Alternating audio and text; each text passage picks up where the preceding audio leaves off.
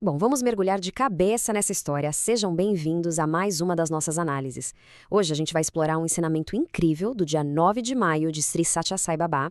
E olha, não é só um texto filosófico qualquer, tá? É praticamente um manual de sobrevivência para lidar com as águas agitadas da nossa vida. O nosso tema de hoje é a jornada metafórica, o nadador, o esquilo e a renúncia.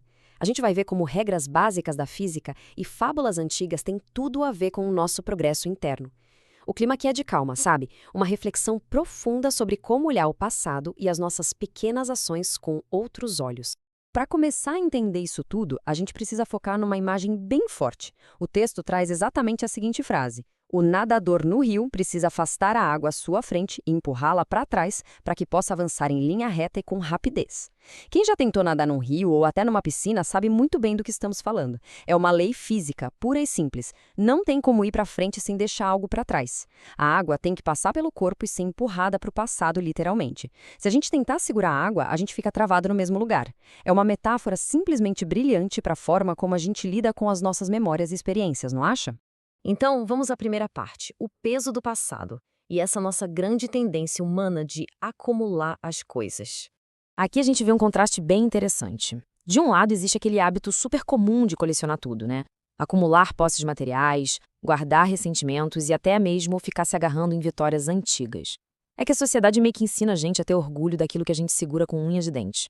Mas, por outro lado, o texto bate na tecla da prática da renúncia. E veja bem, a renúncia aqui não é vista como uma perda triste. Longe disso, é um alívio. É um ato libertador. É entender que o valor real dessa nossa jornada não está no peso da mochila que a gente carrega nas costas, mas sim na leveza que permite a gente continuar caminhando. E se a gente não soltar essa bagagem, o resultado é complicado. O ensinamento original é bem direto ao dizer que, incapazes de flutuar, as pessoas acabam afundando nas próprias posses materiais e caprichos. Forte isso, né? A falta de desapego não deixa a gente apenas parado. Ela literalmente nos puxa para o fundo. Quando existe essa recusa em soltar o que é material, ou aqueles caprichos enormes do ego, a gente perde a capacidade de boiar. Em vez de deslizar tranquilo pela água, a gente acaba afundando com o peso de coisas que, na verdade, nem precisamos mais carregar. Seguindo em frente, chegamos à seção 2, a metáfora do nadador, ou a física do progresso espiritual. Pensa bem, a dinâmica de avançar na água segue uma lógica perfeita. Primeiro, afastar a água que está na frente, ou seja, encarar a resistência do momento presente.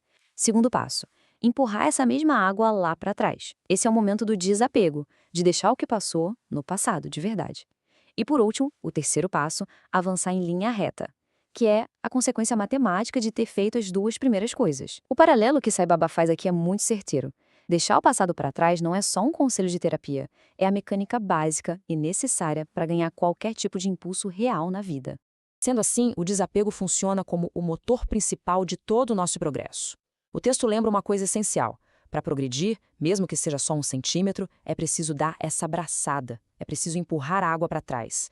Não existe avanço, por menor que seja, sem liberar espaço. É uma troca justa, não é? Para a gente conseguir aquele novo centímetro livre lá na frente, é obrigatório soltar o centímetro que a gente estava segurando lá atrás. Bom, agora entramos na parte 3, a busca pelo Atma e o grande desafio da consciência interior. Aqui a gente entra num território um pouco mais denso. O ensinamento levanta uma dúvida muito justa, que é a seguinte: como é possível para alguém imerso no mundo relativo tornar-se consciente do Atma? Vamos parar para pensar nisso um segundo. Porque cá entre nós é super fácil falar de nadar e soltar o passado na teoria, né? Mas como é que a gente faz isso vivendo num mundo tão focado nas coisas materiais, nas contas para pagar, em coisas que mudam o tempo todo? Como é que, no meio de tanto barulho, a gente consegue despertar para as verdades que são eternas? E só para não ficar nenhuma dúvida, o texto traz uma definição super clara. Atma significa simplesmente o ser interno. Essa é a nossa verdadeira essência, aquela parte que não afunda com as confusões do dia a dia.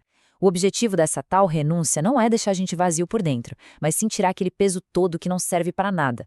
Assim, a gente finalmente consegue flutuar e reconhecer esse nosso ser interno em paz.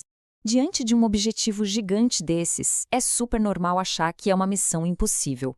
Mas esse ensinamento do dia 9 de maio traz um alívio maravilhoso. Ele diz que não há motivo para desespero, nem para a gente se sentir pequeno ou insignificante. É como se fosse uma garantia de que, apesar de sermos uma gota num oceano gigante, nós não estamos sozinhos e o nosso esforço, por menor que pareça, tem muito valor. Não precisamos nos sentir mal diante dessa montanha enorme que é o progresso espiritual. E isso nos leva à seção 4, a lição do esquilo, que fala justamente sobre o poder incrível das pequenas ações. Para ilustrar isso, o autor resgata uma história belíssima lá do épico indiano Ramayana. A situação era a seguinte: tinha um exército enorme construindo uma ponte de pedra sobre o mar para chegar à ilha de Lanka, uma obra monumental. E aí, no meio daquela confusão toda de pedras gigantes, um minúsculo esquilo decidiu que também queria ajudar na construção. Claro que ele não conseguia carregar rochedos, né? Então o que ele fez? Ele rolava na areia, deixava os grãozinhos grudarem no pelo e ia até a ponte dar uma sacudida para soltar aquela areia. Por causa dessa atitude super singela, o texto conta que ele recebeu as bênçãos do Senhor Rama. É uma história de uma doçura sem tamanho. Finalmente, a seção 5, a graça da dedicação, mostrando o triunfo da sinceridade. Olha que sacada fenomenal a gente tira dessa história do esquilo. A ajuda física dele ali na ponte era literalmente infinitesimal. Falando em termos de engenharia civil, aqueles grãos de areia não faziam a menor diferença na obra do oceano. Mas o sentimento de dedicação por trás daquela atitude, esse era absoluto. A sinceridade compensava milhares de vezes qualquer limitação física que ele tivesse. Ou seja, no fim das contas, a graça espiritual não segue uma lógica de produtividade de mercado. O que realmente pesa na balança não é o tamanho externo do que a gente faz, mas sim a imensidão da nossa intenção. E aí a gente chega no ponto alto dessa reflexão fantástica do Sai Babá. Referindo-se à atitude do esquilo, ele diz exatamente assim: o sentimento de dedicação que o motivou conquistou a graça de Deus. É a intenção sincera lá no fundo do coração que atrai o divino. Da mesma forma que o nadador precisa daquela intenção contínua de empurrar a água para trás se ele quiser avançar, qualquer pessoa que busca um progresso interno precisa cultivar esse sentimento total de dedicação. E pouco importa se o esforço parece pequeno demais num primeiro momento. Para fechar essa nossa análise de hoje, fique aqui uma provocação para a gente levar para a vida. Diante de tudo isso, de soltar o peso do passado e ter uma dedicação verdadeira, fica a pergunta: quais são os grãos de areia que nós estamos dedicando com sinceridade no nosso dia a dia? Às vezes, os nossos atos de paciência, de bondade, ou até aquela nossa capacidade de abrir mão de alguma coisa, podem parecer invisíveis diante dos problemas gigantescos do mundo. Mas é fundamental lembrar do esquilo e também da braçada do nadador. É essa capacidade diária de deixar o passado para trás e de agir de coração que nos empurra para o nosso verdadeiro propósito. Valeu demais por acompanharem mais essa exploração com a gente e que essas ideias continuem rendendo boas reflexões por aí.